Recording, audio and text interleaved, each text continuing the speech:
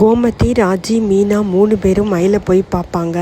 மயிலும் அவங்க தங்க சுடரும் தான் வாங்கன்னு கேட்டு உள்ளே உட்கார வைப்பாங்க.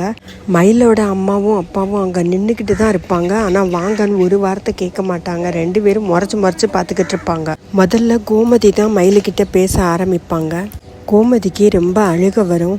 நம்மளோட குடும்ப வாரிசு, ஆனால் அதை இப்படி ஒரு நிலைமையில் மயிலை பார்க்க வேண்டியது இருக்குன்னு அவங்களுக்கு ரொம்ப வருத்தமாக இருக்கும். மயிலுக்கிட்ட திரும்பவும் நடந்த எல்லாத்தையும் திரும்ப சொல்லுவாங்க. ராஜி, அத்தை எதுக்கு அத்தை, நடந்து முடிஞ்சதெல்லாம் இப்போ எதுக்கு அப்படின்னு சொல்லுவாங்க. ஆனாலும் மயில் எல்லாத்தையும் கேட்டுக்குவாங்க. மயில் எதுவுமே பேச மாட்டாங்க. கோமதி பேசுகிற எல்லாத்தையும் பொறுமையாக கேட்டுக்கிட்டு தான் இருப்பாங்க. கோமதியும் ரொம்ப திட்டவெல்லாம் மாட்டாங்க. குழந்தைய அப்படியேவெல்லாம் விட்டுற மாட்டோம், அது எங்களோட குடும்ப வாரிசு, இப்படியெல்லாம் சொல்லி மயிலுக்கிட்ட அடுத்து பேச வருவாங்க. மயிலோட அம்மா தான் பேச விடாமல் சண்டை போட்டுக்கிட்டே இருப்பாங்க. மயிலும் அவங்க அம்மா அப்பா கிட்ட அமைதியாக இருங்கன்னு சொல்லி பார்ப்பாங்க. உள்ளே போக சொல்லுவாங்க, வெளியில் போக சொல்லுவாங்க. எதுவுமே பண்ண மாட்டாங்க. முடியவே முடியாது, இங்கே தான் நிற்பேன்னு 2 பேரும் நின்று மயிலோட அம்மா தான் பயங்கரமாக சண்டை போடுவாங்க.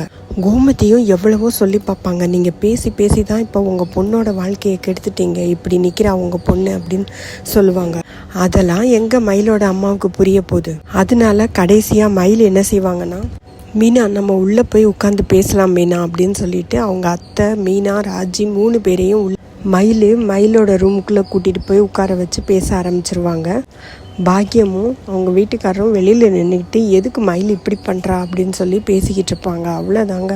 கோமதியும் மயிலுக்கிட்ட, நீ அந்த வீட்டுக்கு திரும்ப கண்டிப்பாக வருவ மயில், சரவணன் கூட சேர்ந்து வாழ வைக்க வேண்டியது ஏன் பொறுப்புன்னு மயிலுக்கு வாக்குறுதி கொடுத்துருவாங்க. சரவணனும் அஞ்சலியை கல்யாணம் பண்ணிக்கிறதா அஞ்சலிக்கு வாக்குறுதி கொடுத்துருப்பாரு.